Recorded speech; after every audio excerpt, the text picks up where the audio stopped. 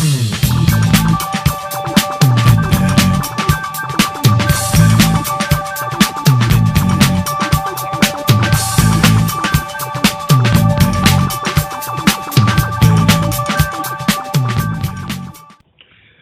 back, Tribe. Today we're here with guest Drill Sergeant David Woulard, and we're going to be discussing the arts of parkour and free running. David, how are you doing today? I'm well. How about yourself? Doing great, doing great. Glad to have you on the show. We're looking forward to talking about a topic that's, relatively new to the martial arts world, but definitely being incorporated into a lot of people's training regimens. So, Dave, for the audience at home, give us a little bit of background about yourself and how you got involved with movement arts and with the martial arts, and a little bit about your military background. Okay. Well, currently I work as a drill sergeant in the Army Reserve. I've lived in Chicago all of my life.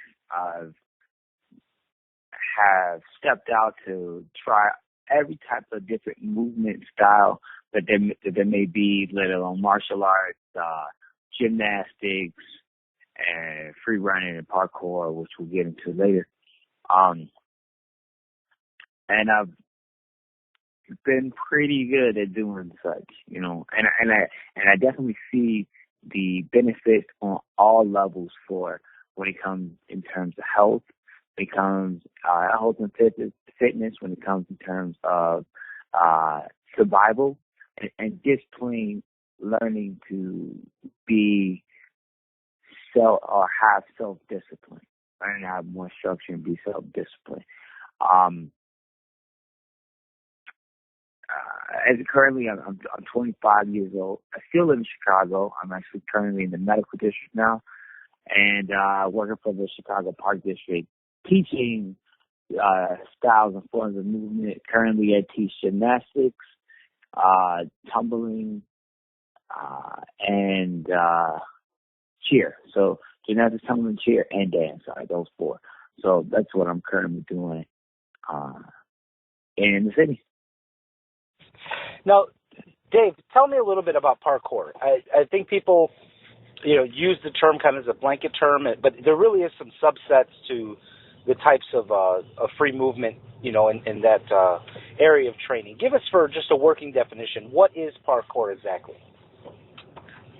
Okay, so parkour, which is probably your more popular or famous of the movement styles currently, because before that it was, I pretty much would say gymnastics was more famous, but parkour, basic definition or explanation, is to move as swiftly through an urban environment as possible. And that's all it is. It's really pretty much what the word stands for, and what parkour stands for. It means there's so much that can be added to it. It's like having a plain burger. It's like, hey, here's a plain burger. Now, if you want more stuff onto it, do what you want. But this is the burger. It's good as it is. We don't need more. But if you want more, you can add more. But the basic definition of parkour is to move as swiftly through an urban environment as possible. And free running is more of the artistic expression of parkour? Is this where you see more of the tricks and the acrobatics and the gymnastic element of it? Exactly. But I wouldn't necessarily say gymnastic aspect, because gymnastics has so many different variables within it, and it's extremely limited. Free running, as the name says, like free in the beginning, it breaks away the restraints or the limitations that are really kind of set alone in parkour. Because even parkour is extremely it doesn't have it doesn't have a specific description, so you can do whatever you want within it. But if you don't add the top ends, like I said before, like in the previous example, at those top ends, it's pretty much what you get: the running, the jumping, and the walking, the crawling, and climbing.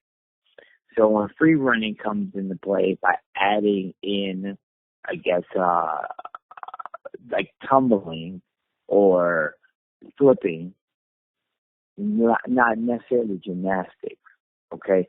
Because you could still be a free runner and not incorporate gymnastics, and you can be a free runner and still incorporate gymnastics. If you say gymnastics, then you still have an argument. Well, I'm a free runner, but I'm not doing gymnastics. I mean, I did a back tuck in my pass or my run, as we call it, and now it becomes free running. So, Dave, now that we kind of have an idea of what free running is versus parkour, tell me what your thoughts are as a martial artist. What are some of the benefits that a person can get from learning free running or practicing parkour? What can you expect from the workout? What can you expect from the skill development? Where are the benefits here? I'm actually glad you asked that question. There are a ton of benefits when it comes to parkour, especially incorporating it or aligning it with martial arts. If you're a martial artist, it just opens up an entire realm that you may not have tapped into, like an additional level. I mean, it's not completely necessary, but it is exactly what you need when taking your martial arts experience to the next level. In some regards, parkour would be considered a martial art. Because if you break down martial arts to the simplest term, and we're talking going all the way back to the Asian description of kung fu or gung fu, is just a self-discipline. So whatever you use and as your discipline and you focus yourself into, if you're the best noodle maker that you can be, that is your gung fu. And then kung fu would be the martial art form of it, the combat form. So if you put your discipline or focus and mind into bettering yourself as a tracer, which would be the name given to someone that studies free movement, then it becomes your discipline. It becomes a martial art. And in adding free running or parkour into a structured martial arts system, it provides fitness within itself. So if you think about having, sometimes you stretch and then you do a little bit of fitness workout, it's already incorporated just based off of the type of movements that you have to do in order to call the type of movement you're doing parkour or free running. You have to climb, you have to jump, you have to roll. Okay, that is guaranteed.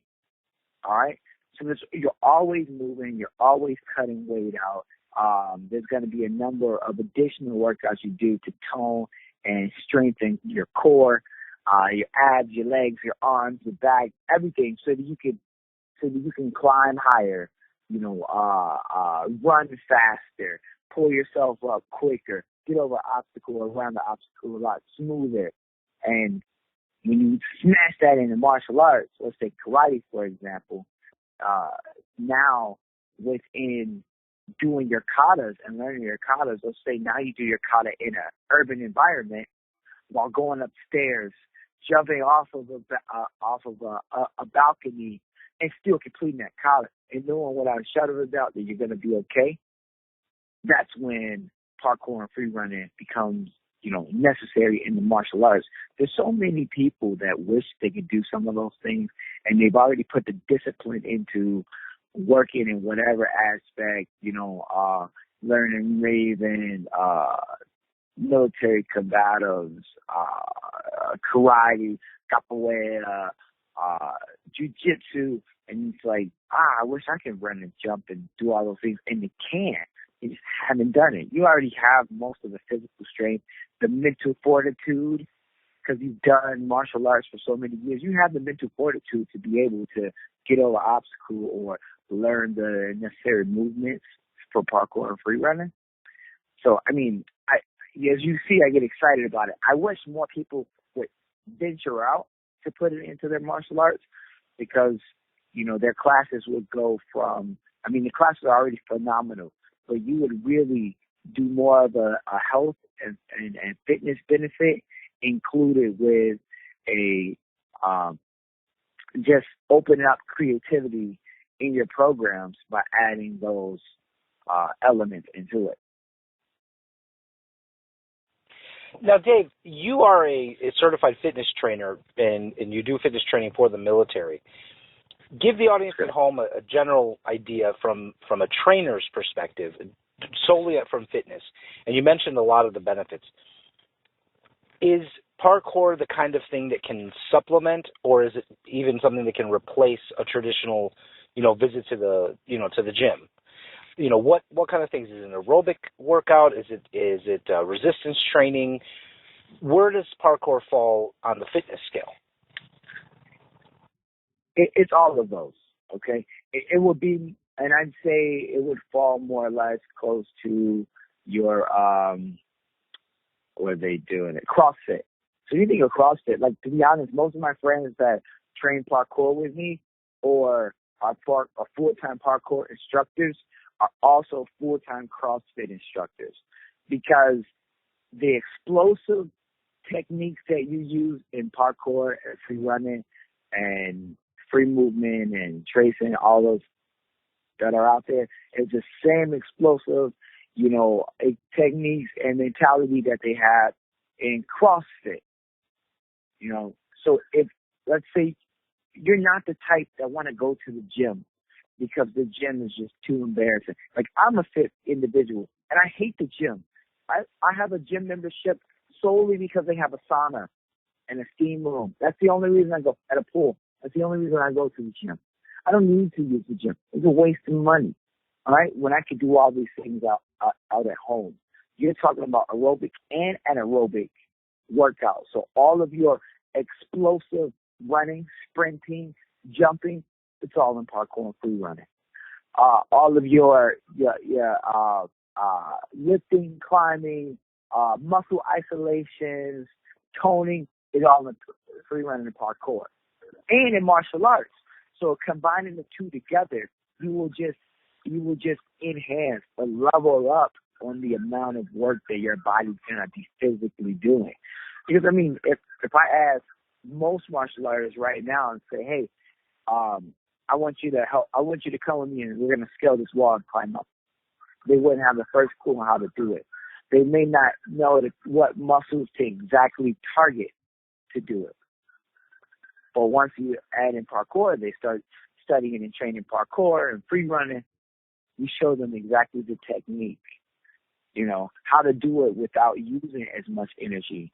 But first off, you're going to use as much energy as possible. You're going to be explosive coming into that wall. We're going to show you exactly how to put your foot down, pushing up, how to reach and grab using your fingertips, how to position your hands to lift your body weight up, okay? So you can get yourself up and over that wall. I also use a lot of these same techniques as a drill sergeant when I'm demonstrating and helping soldiers through the obstacle courses. We have a ton of different obstacle courses, and some of these techniques work perfectly. Now, I've only got 9 weeks with each soldier. We only spend about 3 weeks going through the courses, the obstacle courses, and sometimes they're not even back to back. So everyone doesn't get it. But there's a few that are extremely athletic, and they kind of get it. And once they do, I tell them, like, hey, I use these same techniques from free running and parkour, and that's what I just showed you. So if you get with your buddies and show them the same thing, we may just, and it's great for combat. And you may have seen it in movies. Some of it is dramatized, and glamorized because it's Hollywood. But I've taken some of those techniques and I've applied them with my combat training. And it was like, oh, that was a hell of a lot smoother than what I was doing before. Yeah. So this may seem like a silly question. I think you've given part of the answer already. But would you like to see a group of soldiers trained in parkour? I think that's an idea that most people at first glance may think is kind of ridiculous. But, with all these different benefits to agility training, strength training, Is this something that, and just from your opinion, working with soldiers, do you think this is the type of training that maybe should be incorporated at some point in basic training? Of course it should. Now, but here's the problem. That's not going to happen in America. You know, like we spend our money and focus on techniques that I'm not going to say they are effective, but they don't really follow with the times. In time, that may happen, but that's already happening in most other parts of the world. When parkour was first introduced, the French took that shit right up. Okay? And the reason why they took it up is because they realized the benefits of it. They saw it and they're like, yes, we're going to incorporate that. The British have been doing it. Most likely America's going to come onto that way later than everyone else because they don't do it. And we need it. We definitely need it. And it's just, if the military isn't going to do it, that's fine. But the normal people, the normal combatants that are within the martial arts community, will do it. Like, it doesn't take a rocket science to see that this is a really smart idea and a really good thing. You know, like, it doesn't take a rocket science. Once you see it actually done, then you're like, okay, I definitely would like to incorporate some of these techniques.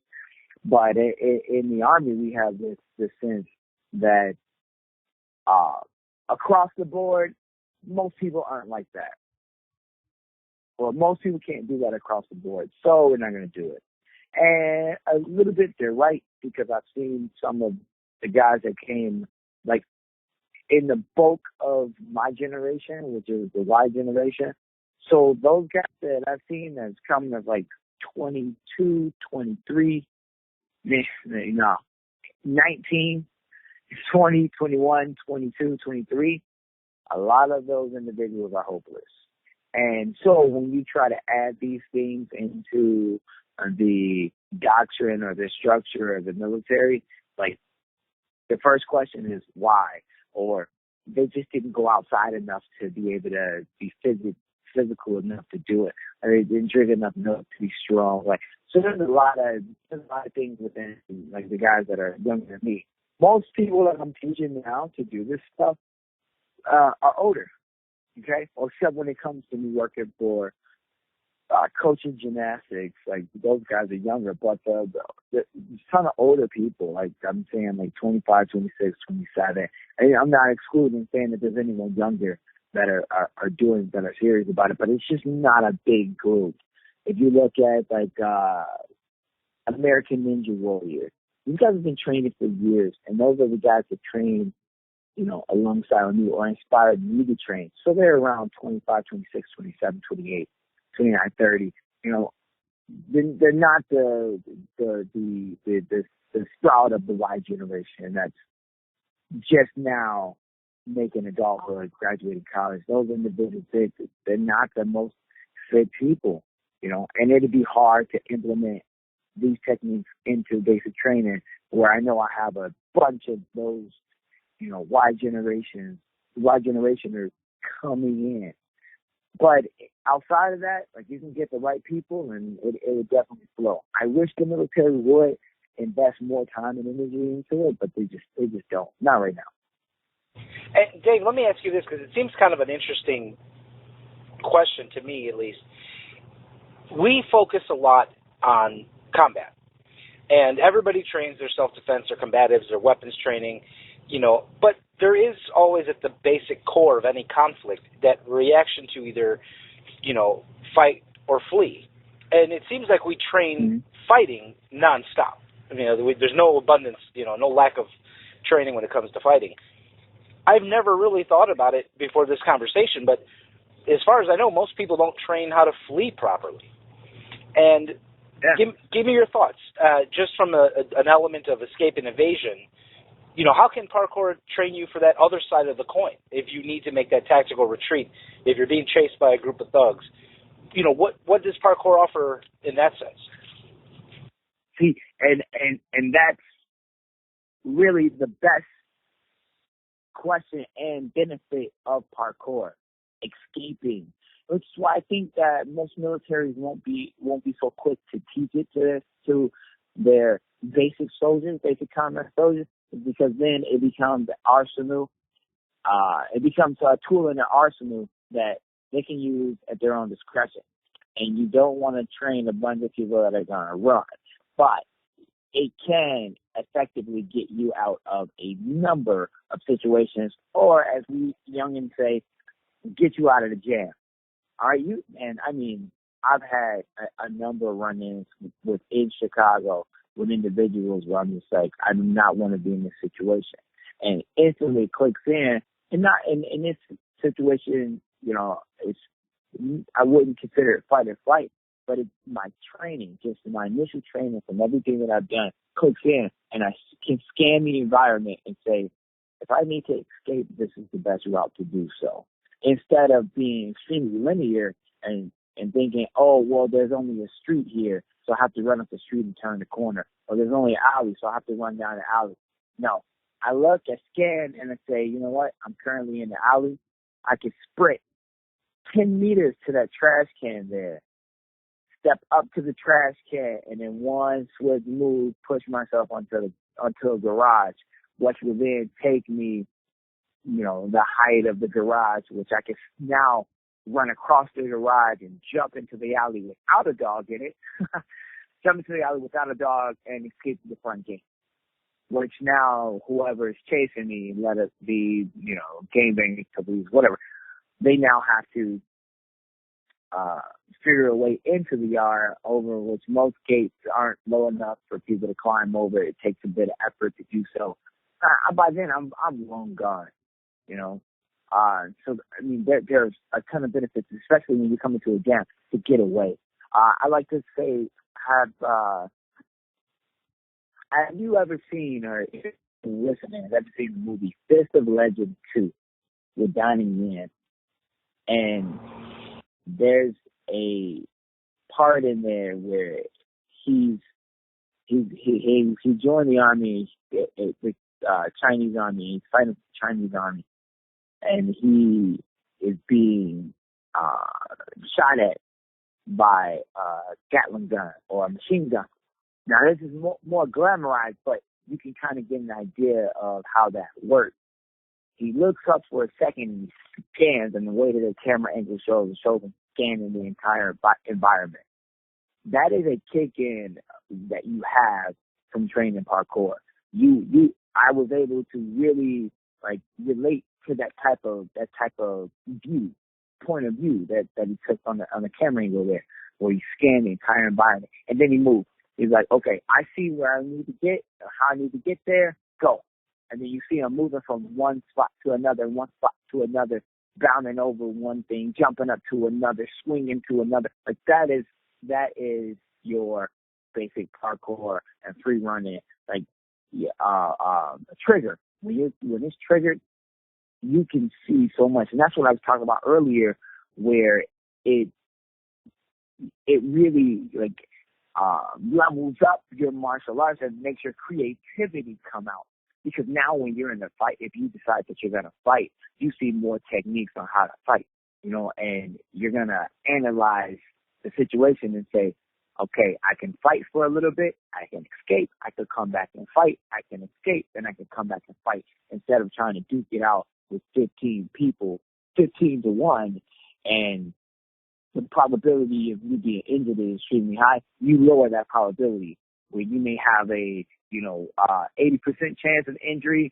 You could drop that down to 40. Doesn't mean you'll get away unscathed, but I bet you that may be the difference between life or death. 15 to 1, that's pretty odd odds. A weird odds, but it can definitely happen. So. Now, Dave, I would imagine that this type of training, if somebody watches, especially, the cinematic version of it on screen, or if they even jump on YouTube and see some of the, advanced practitioners doing what they do, this would be an intimidating area of training. And I guess a lot of people would even just kind of chalk it up and say, yeah, my body doesn't work like that. I can't do that. What advice do you have for people that maybe, are not tumblers or breakdancers or gymnasts that want to try something like this? Is it possible for them to learn? is it an impossible goal, or can people build into, getting some benefits out of the parkour? You can build into it, and that's why parkour can be labeled as a martial art. You have to put in the time, the commitment, and the discipline to do it. It doesn't just happen overnight, nor did that fourth degree black belt happen overnight.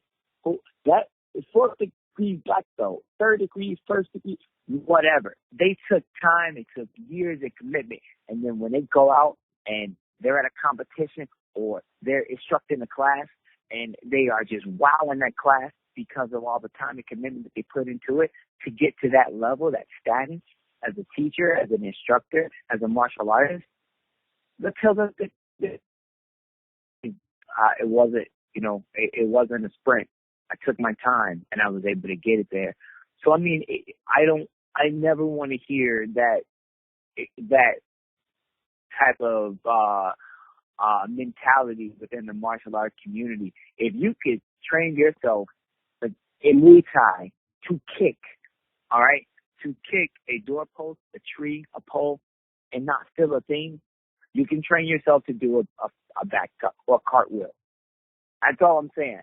If you can train yourself to know all of the angles that you can slice someone's throat, you can train yourself to do a forward roll. Okay? It took time for individuals to reach those goals. And that's all they are. They're goals. So you say, all right, I've got a week. And within this week, I want to be able to do a cartwheel. And I want to be able to add that into my kata or my form or whatever my movement style will be for my martial art. I got a week to learn it. Set that goal.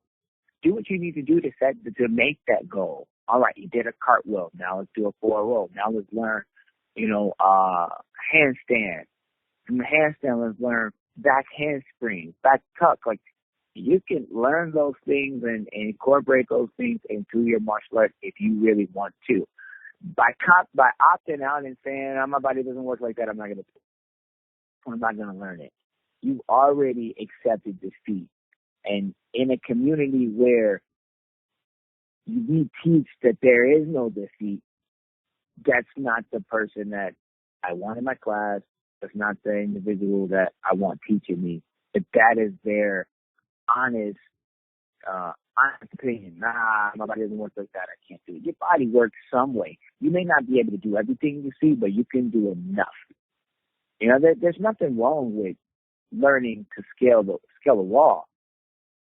All right, let's say that might be the one skill that you learn, and it may be the one skill that you need. Like, I joke with the people in my gymnastics department all the time, like, hey, when the apocalypse comes, these guys come near me because I know how to hunt.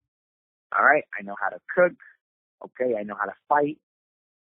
You never know when your apocalypse may be upon you, when your end may be upon you. And the only thing you can do is, guess what? Scale a wall or climb a rope or, jump from one ledge to another. Like, you never know when that moment comes, and that's the only thing you can do. And that'd be the one thing you told yourself you could not do. Okay, and you may just regret it, or you may push in fight or flight and do it. There's an example for that. We all seen, The Dark Knight Returns.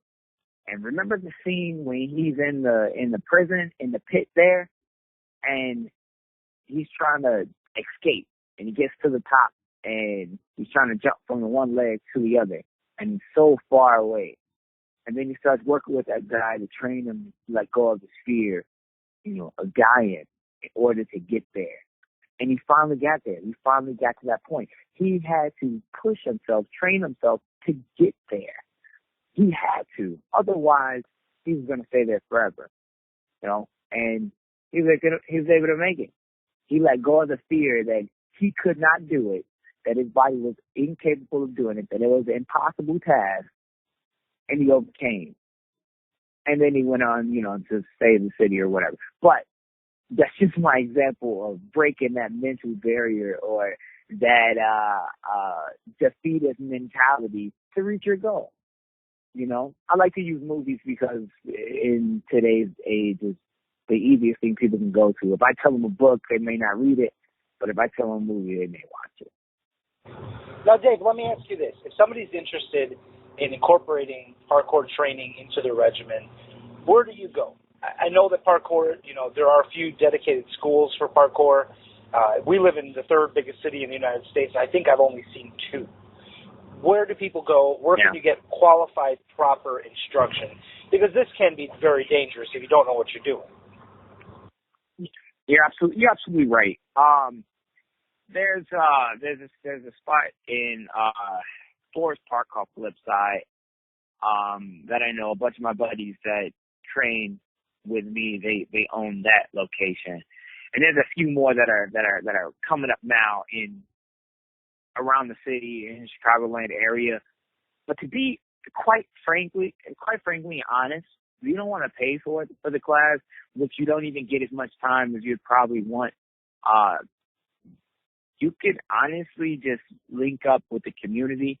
If you're on Facebook, whatever city you're in or area you're in, you can just go ahead and Google that city and then parkour meetup or free running meetup. They literally post in communities, and most jams, as we call them, jams or meetups, you have the same people that are teaching at those schools there. Like, I go to the jam, and I'm certified to teach gymnastics, tumbling, dance, and cheer. So when I go to the gym, if anyone's trying to learn how to do any type of tumbling skills, or they're working on, our urban gymnastics, like learning how to do flyaways off of a tree or, build themselves up or work on fitness, I'm right there. I'm certified, and it's for free. Or you can come to a class where you're paying anywhere from $5 to, $30 an hour just to learn and not even get my full grasp. It may take you a lot of time. Because the one thing we're going to work on the most is fitness. In the beginning, we're going to work on fitness, then you're going to, which is just making sure you're strong enough to continue. Because when it comes to parkour, it's about, it's also about seeing how long you can go through that environment. As you progress, it's going to say, I want to move through an urban environment as swiftly as possible. Got it. Now, I want to do it as long as possible. So I want to be able to go for 30 seconds instead of 10 seconds. And that may seem like a short amount of time, but trust me, when you're parkour and tracing through an environment, it seems like a lifetime. So, I mean, in Chicago, in the Chicagoland area, like, you may only see 2 schools, but there's 15-something meetup and jams throughout the week. That's the place to go, to be honest. And take it slow. Like, go scope it out. You can ask. Like, there's some guys that have gone to other academies to actually be certified with a parkour certification.